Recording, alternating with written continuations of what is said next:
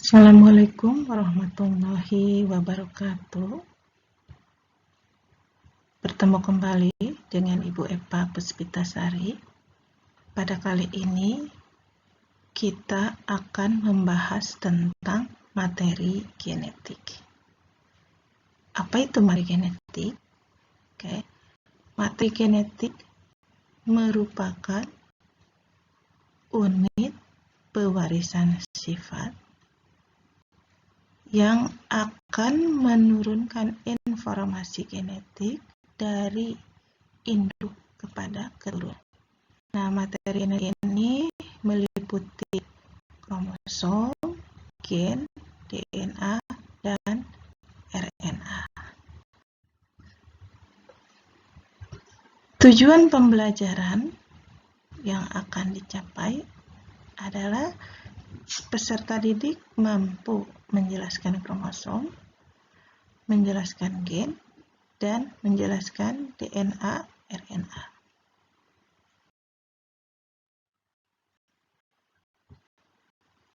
Merupakan unit terkecil dari di dalam sel terdapat nukleus berfungsi untuk mengatur kegiatan sel. Nah, dalam nukleus terdapat kromosom. Kemudian di dalam kromosom terdapat gen. Nah, itu hubungan antara unit materi genetik.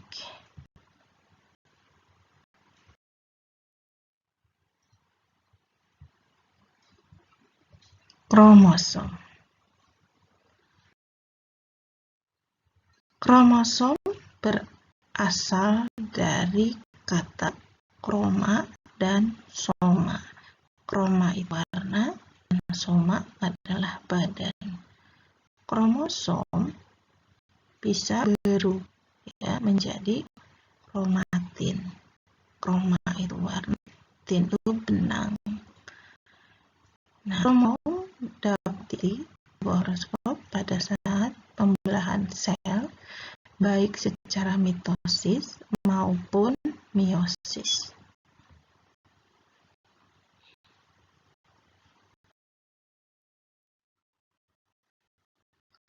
Struktur kromosom.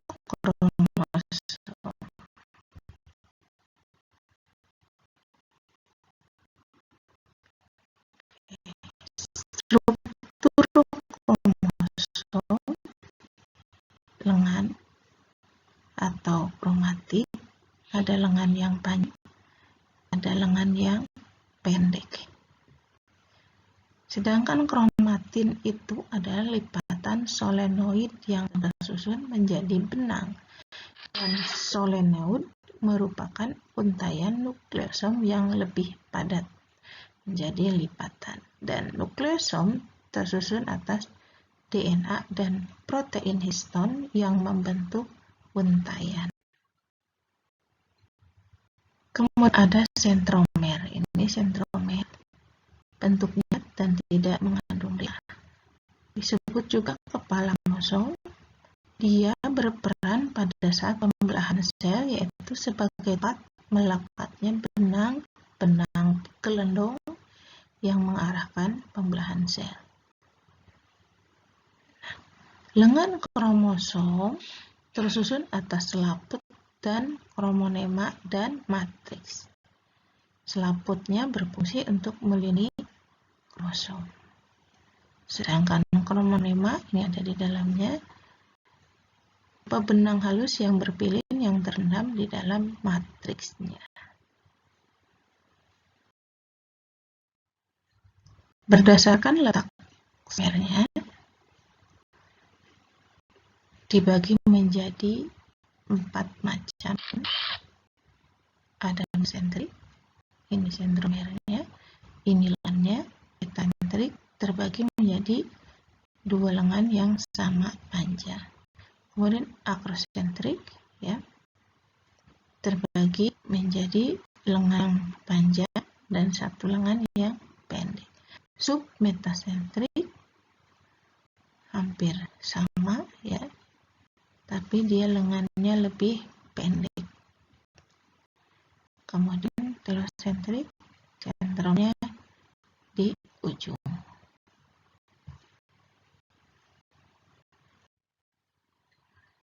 Nah, berdasarkan jumlah sentromer, ada monosentris, sentromernya 1. Disentris, sentromer 2. Polisentris, sentromernya banyak, dan sentris, tidak memiliki sentromer.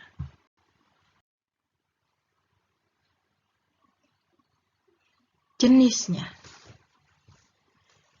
Jenis kromosom ada 2 macam, yaitu 1 autosom atau disebut juga kromosom tubuh atau kromosom somatis, yang merupakan kromosom yang menentukan sifat-sifat sel tubuh. Jumlahnya di dalam sel tubuh adalah 2n-2.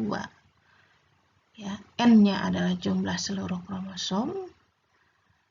Contoh, pada manusia ada 46 kromosom, min 2 dikurangi 2 sama dengan 44 buah atau 22 pasang.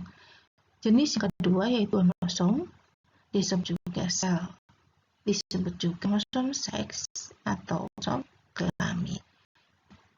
Pada tubuh manusia terdapat sepasang, pada perempuan XX, pada laki-laki XY.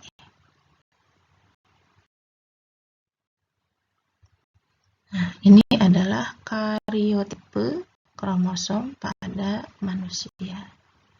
Kita lihat kromosom itu berpasangan, loh. Ya, ini adalah kromosom yang lengkap berpasangan dari nomor 21 sampai nomor 23. Nah, 1 sampai 22 itu adalah autosom, dan yang ke-23 adalah gonosom atau kromosom seks.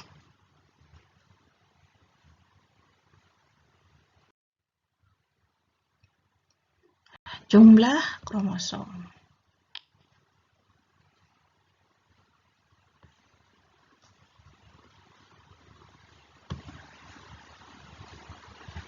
Karena kromosom itu saling berpasangan, disebut kromosom homolog, maka berdasarkan jumlah pasangan kromosomnya ada beberapa jenis organisme. Ada yang disebut haploid, memiliki N kromosom, diploid, memiliki 2 N kromosom, triploid, memiliki 3 N kromosom, dan poliploid, memiliki banyak kromosom. Contoh, pada makhluk hidup, manusia kromosomnya 46, simpanse 48, para 48, dan sebagainya.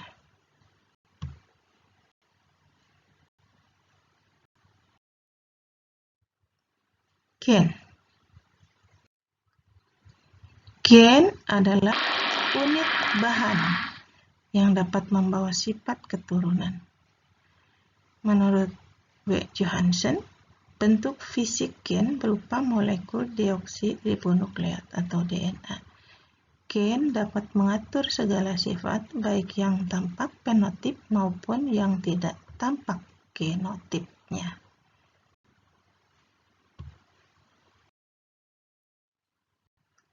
Di manakah letak gen? Nah, letak gen ini ada homolog, di sini ada lokus gen. Nah, letak gen terdapat di dalam lokusnya. Kromosom, sentromer, ya, kromatin lengannya. Nah, di dalamnya itu ada lokus, ya, bagian dari kromatin. Nah, itu disebut dengan lokus, tempat gen.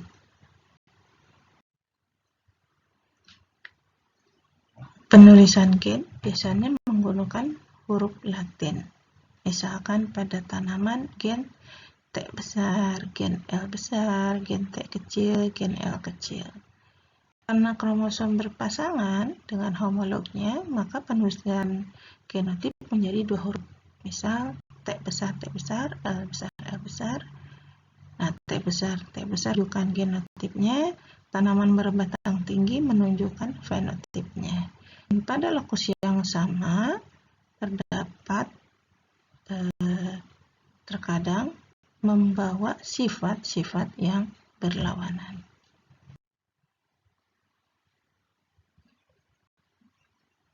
Macam-macam gen, ada 3, ada gen resesif, gen dominan, dan gen intermediate.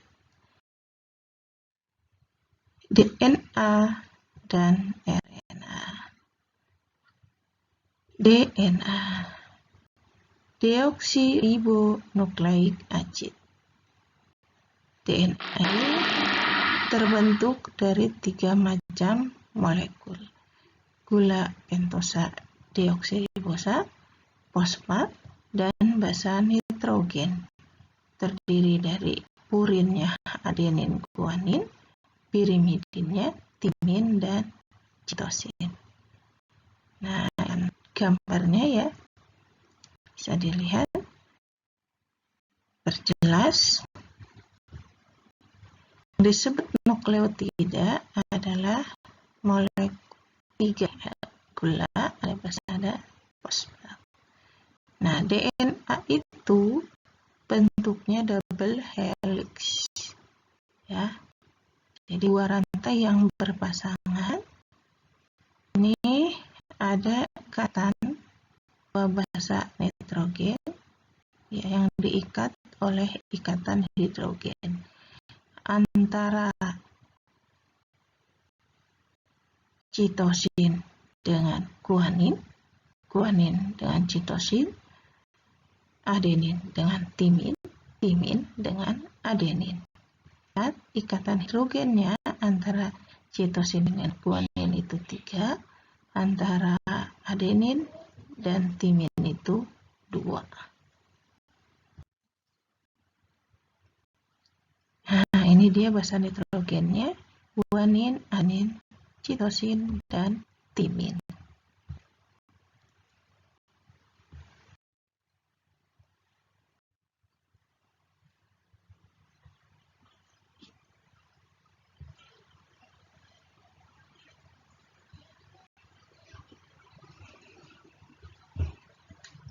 Replikasi DNA.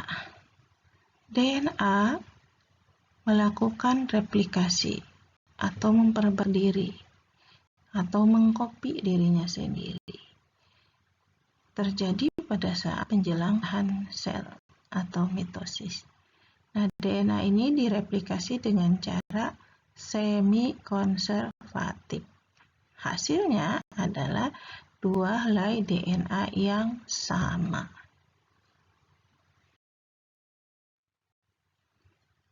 Lebih detailnya untuk replikasi,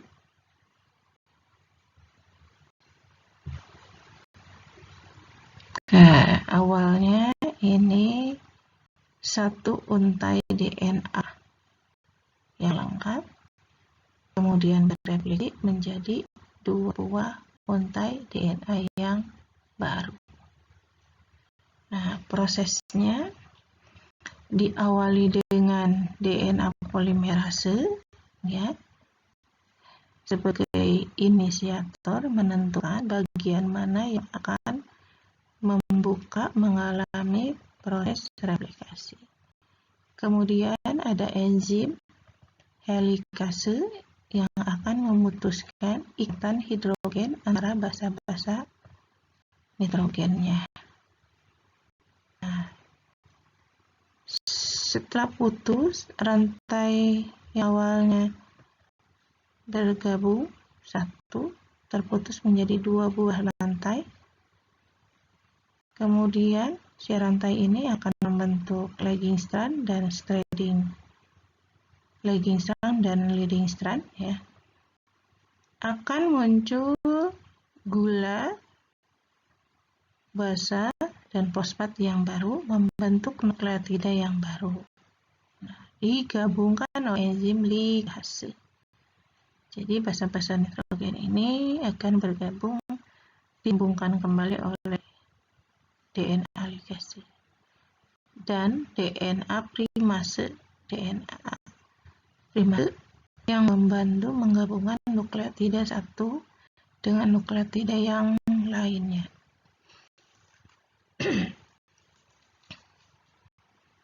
Kemudian hasilnya akan menjadi 2 buah DNA yang baru.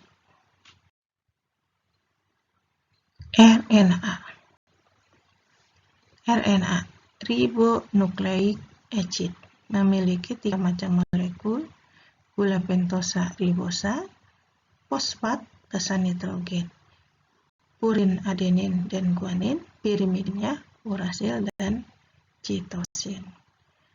Nah, dilihat RNA ini single, ya, tunggal.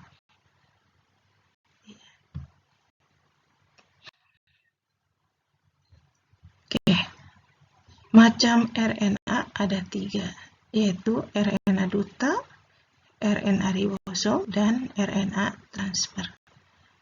RNA ini banyak berperan pada proses sintesis protein.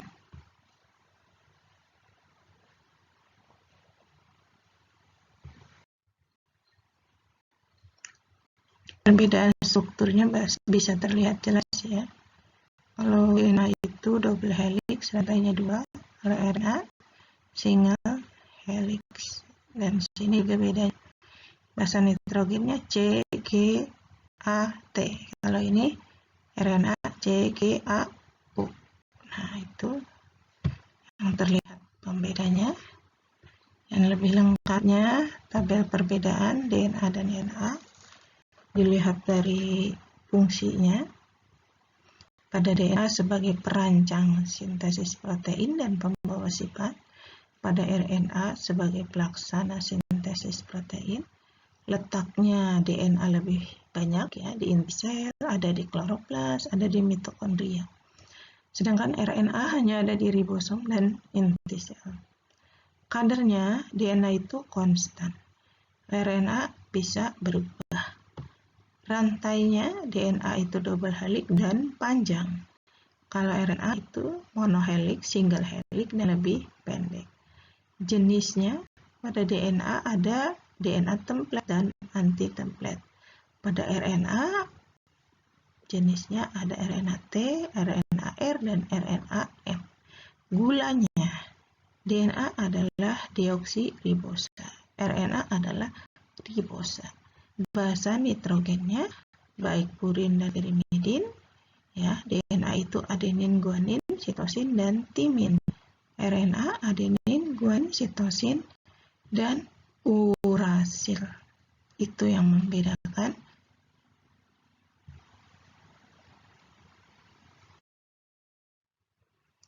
Oke, sekian pemaparan dari Ibu. Terima kasih. Assalamualaikum warahmatullahi wabarakatuh.